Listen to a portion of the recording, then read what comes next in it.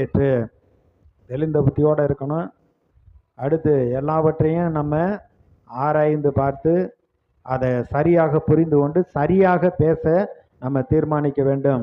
யோவான் 5:39 வேத வாக்கியங்களை ஆராய்ந்து பாருங்கள், அவைகளால் உங்களுக்கு நித்திய ஜீவன் உண்டென்று எண்ணுகிறீர்களே, என்னை குறித்து சாட்சி கொடுக்கிறவைகள் அவைகளே அப்படிங்கிறார். ஒரு பயபக்தியா இருக்கணும். ஆனா பயத்துல பயபக்தியா இருக்கக்கூடாது. விசுவாசத்துல தெரிந்த சத்தியத்துல நம்ம உண்மையா கீழ்ப்படிஞ்சு அவருக்குன்பா உண்மை உத்தமமா இருக்க வேண்டும். ரெண்டாவது, நம்முடைய முன்னேற்றத்தையும் நம்ம செயல்படாதபடி தடுக்கிறது பயம்.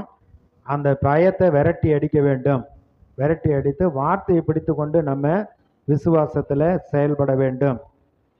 மூணாவது நல்லவர்கள் உத்தமர்களாக இருக்கிறது மாத்திரமல்ல, அறிவுள்ளவர்களாய் இருக்க வேண்டும்.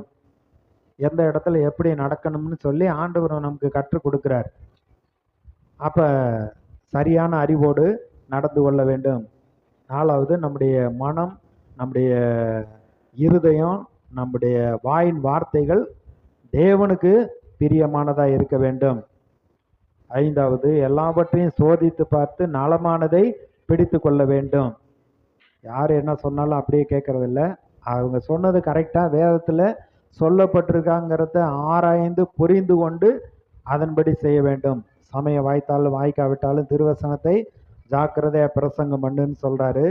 வேத வாக்கியங்களை அறிந்து நிதானமாய் பகுத்து போதிக்க வேண்டும் சொல்றாரு. நமக்கு நாம் போதித்து கொள்ள வேண்டும்.